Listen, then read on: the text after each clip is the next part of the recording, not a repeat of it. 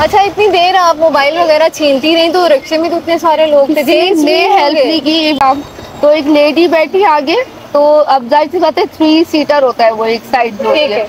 तो लेडी बैठी, उन्होंने कहा साइड पर हो जाए। मैं समझी कि उनके साथ एक और लेडी बैठी थी, उन्होंने जानबूझ के मुझे साइड पे करवाया। उन्होंने खुद किया, आपको खुद करवाया था। तो मैं अपने बिहाफ पे, अपने तौर पे ही बस स्नैचिंग कर रही थी। 3 टाइम्स वो जीत गए, 2 टाइम्स मैं जीती भी।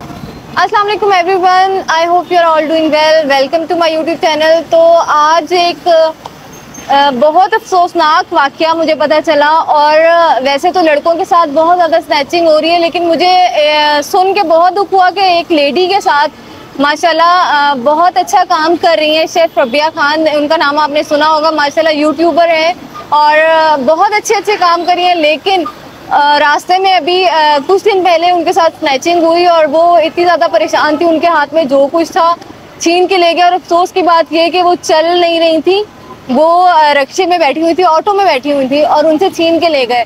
और मज़े की बात यह है कि उनके साथ जो पैसेंजर्स थे उन्होंने उनकी हेल्प भी नहीं की। तो हमने सोचा कि उनके साथ ऐसा क्या वाकया हुआ वो आप लोगों के साथ शेयर करेंगे, और मेरे साथ शेफ रबिया खान मौजूद हैं, उनसे हम लोग बात करेंगे कि ऐसा क्या हुआ था और पूरा वाकया जो शुरू से हुआ और किसी ने हेल्प की कि नहीं की, वो हम आप लोगों को दिखाते हैं। तो मेरे साथ साथ इस वीडियो में रहिएगा। नहीं आती, हम मिलते हैं रबिया खान से। अस्सलाम वालेकुम रबिया, क्या हाल है? बस ये तो पूछना है ऐसे ही है, क्या हाल है? मुझे पता है कोई पूछता है तो बस मैं यही कह देती हूँ कैसा हाल होगा, बस क्या होगा। मुझे बताइए आप कि ये कैसे हुआ, कब हुआ और कहाँ हुआ? ये 25 को संडे का दिन था, और मैं Dexter institution of skills development एक सेंटर है कलदर इंस्टीट्यूट, वहाँ पर जा रही थी। उधर मेरी वर्कशॉप भी थी, बहुत एक्साइटेड थी, और दिन का टाइम था, 3:30 हो रहे थे टाइम।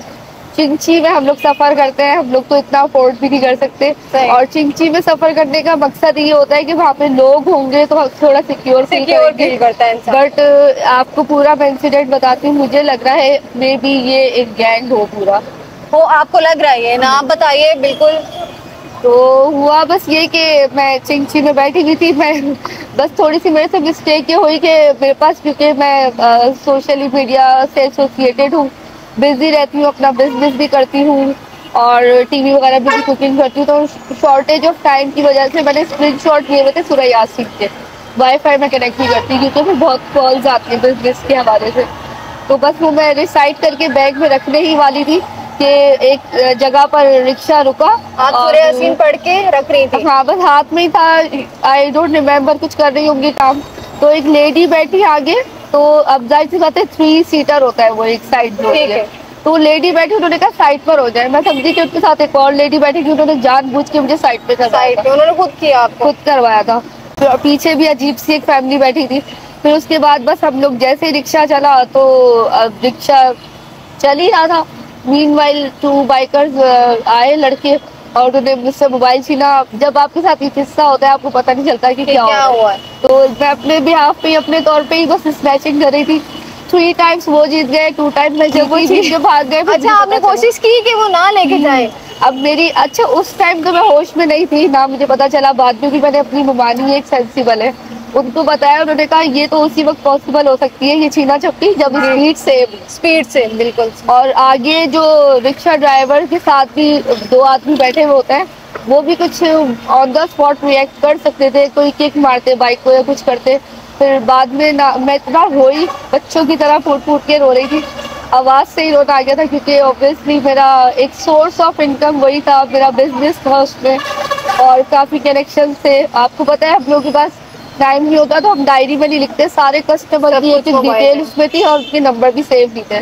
कुछ कस्टमर जो होते हैं वो बहुत कोऑपरेटिव होते हैं, कुछ की जो थी पेमेंट वो एक्स्ट्रा कोई भी थी, और मुझे उनका कोई नामो निशान नहीं पता, ना ही वो कॉल कर रहे पलट के। तो मेरा 70,000 का मोबाइल था अप्रोक्सीमेटली, तो तकरीबन मुझे 2 लाख का नुकसान 2 लाख का नुकसान हो गया। अच्छा, इतनी देर आप मोबाइल वगैरह छीनती रही तो रिक्शे में तो इतने सारे लोग थे, ने हेल्प नहीं की। इवेंट के बाद में रो भी रही थी, तो उसमें भी किसी ने ये नहीं कहा चुप हो जाओ। फिर बाद में खुद ही मैंने अपने आप को चुप कराया कि यार मैं अकेली हूँ, मुझे खुद ही अपने आप को संभालना है। जाहिर है उस वक्त तो आपकी फीलिंग्स ऐसी ही होंगी। तो आप क्या कहना चाहेंगी ये जो स्नैचर्स हैं हमारे? देखिए, ये वीडियो सबसे पहले तो ये बता दूं, बनाने का मकसद ये है कि बहुत बुरा हो रहा है, कराची के हालात बहुत ज़्यादा ख़राब हैं। लड़के हैं उनके साथ स्नैचिंग तो हो रही है, डेली के केसेस आ रहे हैं, खवातीन के साथ भी आम होता जा रहा है। ये होता था लेकिन आम होता जा रहा है, खवातीन भी सेफ नहीं है। और रक्षा ऑटो जैसी जो सवारी है वो सबसे ज़्यादा सेफ इस तरह है कि उसमें सवारियां और भी होती हैं, लोग होते हैं कि इंसान अपने आप को सेफ फील करता है। तो बताने का यही मकसद है कि अपने आप को एक तो बचाएं, दूसरा हमारी आप हुकूमत को कुछ कहना चाहें, हमारे हुक्मरान को? जी, हुकूमत को और सबको मैं यही कहना चाहती हूँ कि देखिए हम तो सोशल वर्कर है, फ्री ऑफ कॉस्ट काम करते हैं लोगों की फलाह व बहबूद। बिल्कुल। मेरा चैनल है रबिया खान के नाम से और एक दूसरा है लाइफ स्टाइल विद रबिया, तो आप वो जाके गूगल करें, निकाले, उसमें लास्ट वीडियो ही वुमेन एम्पावरमेंट पे डालीजिए, तो इसके हमें कोई चार्जेस पे नहीं होते। तो हम तो ऑलरेडी बिल्कुल बस फी सबिलिल्लाह काम कर रहे हैं। तो मैं ये कहूँगी कि हम आम बंदे नहीं है, हम बहुत मेहनत कर रहे हैं। जब हमारी इज्जत महफूज नहीं है तो हम कहाँ जाए, किससे बोले, कहाँ जाए, कौन माल का हिफाजत ही मिले हमारी। बिल्कुल। अच्छा, मैं आप लोगों को एक बात जरूर बताऊंगी कि रबिया इतनी ज्यादा डरी हुई थी, घर से निकल नहीं रही थी। इन्हें डर लग रहा था कि कहीं वो दोबारा से फिर ना हो जाए। और लिटरली उस दिन इनके पास मेरे ख्याल में जो कुछ भी था मोबाइल में ही था। यार एक बहुत या कमाना बहुत मुश्किल है। मेरी तो इतनी भी इनकम नहीं है कि जो मोबाइल है वो मैं अपनी पॉकेट मनी से टोटल नहीं लिया था, मेरे हस्बैंड की थी, उसमें बहुत मेहनत की, खून पसीने की कमाई थी। तो अब ये कि उस दिन से मैं बस स्टिल घर में बैठी हूँ ना। मैं व्लॉग्स भी बनाती हूँ, उसमें मेरे तकरीबन 15 व्लॉग्स की पेंडिंग होंगे मेरा, और एक एक व्लॉग हमें 1200-1500 तक का पड़ जाता है। जाहिर है हम बाइक राइडर तो नहीं है, मैं तो अकेली निकलती हूँ, तो कन्वेंस में यूज हो जाता है, मोबाइल के खर्चे अलग होते हैं, तो वो एक अलग लॉस है। मेरा इतना लॉस हुआ है कि लाइक मेरे लिए वो मोबाइल बहुत कीमती था। स्नैचर तो उसको आई थिंक सेल कर देगा 5-6-10 हजार। क्या फायदा होगा, क्या कितने दिन तक वो यूज कर लेगा उन पैसों को, खा लेगा। एक इंसान जिसका उसने कारोबार खत्म कर दिया, डर खौफ इतना ज्यादा फैल चुका है, इसके दिल में इतना ज्यादा बैठ चुका है कि ये घर से बाहर नहीं निकल रही। और आई थिंक आपके बच्चे भी, 3 बच्चे हैं आपके, उनके लिए भी आप इतना ज्यादा डरी हुई है कि उन्हें भी निकलने नहीं दे रही। और यकीन करें इतना डिस्टर्ब हूँ मेंटली, हस्बैंड भी डिस्टर्ब है। ईद भी हमारी चाहे ऐसे, ईद भी ऐसे ही गुजरी है इनकी, ईद भी ऐसे माइंड माउफ है बिल्कुल ही भी है। जैसे तो आप काम करती थी, किसी ने आपकी हेल्प की, आपको बुलाया या आपके पास आए कि हम कुछ करते हैं? नहीं, बस ये कि जैसे मैं सोशल वर्कर हूँ, मेरी टीम्स वगैरह ने सपोर्ट तो बहुत किया, लेकिन वो भी किस हद तक आए, बस कहाँ जाए हम लोग। बस अब यही है कि बहुत हम लोग लाइक, मैं कोई केक थोड़ी हूँ बर्थडे का कि कमाती हूँ, रखा हुआ है भैया आओ काटो खा लो। बिल्कुल। अब मुझे तो ये लगता है मतलब जो कमाते हैं जाहिर है वही हम यूज कर लेते हैं। बच्चे हैं पढ़ने वाले, फिर आई थिंक आप रेंट में रह रही हैं, तो वो उसके अपने इतने ज्यादा खर्चे होते हैं कि वो पॉसिबल नहीं होता कि उनको भी पूरा करें। यार समझ नहीं आ रहा सब कुछ कैसे होगा, कहाँ जाएंगे, क्या करेंगे। क्योंकि यार देखो जब एक्सपेंसेस होते हैं तो हम जितना थोड़ी अफोर्ड कर सकते हैं कि 30,000 एवरी मंथ हम अलग से नहीं निकाल सकते। अच्छा, लाइक हम इससे बहुत मुश्किल से कांटेक्ट कर रहे थे, इनके पास मोबाइल नहीं है, हमें जाना पड़ा और इनके घर जाना पड़ा। बहुत मुश्किल से हमने इनके जो वहाँ पे गार्ड बैठे हुए थे उनसे बात की, इनके घर का भी नहीं पता था, बहुत मुश्किल से मिले इनसे।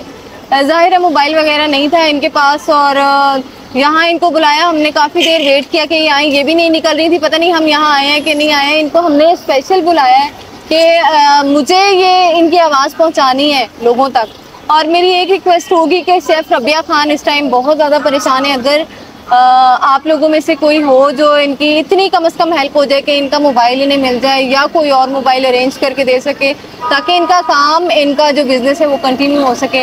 इससे ज़्यादा और कुछ नहीं है। और तो चलें, चलता रहता है, सब कुछ होता रहता है, लेकिन अगर आप लोग बाहर निकले, ख़वातीन हैं, बच्चे साथ हैं, तो काइंडली अपनी चीज़ों का ध्यान रखें। और मोबाइल वगैरह तो ऐसी चीज़ है, आपको पता है यूज़ होता है, तो सामने एटलीस्ट बाहर निकले तो मत निकालें, क्योंकि जो स्नैचर हैं उनके समझ में ये बातें नहीं आएंगी।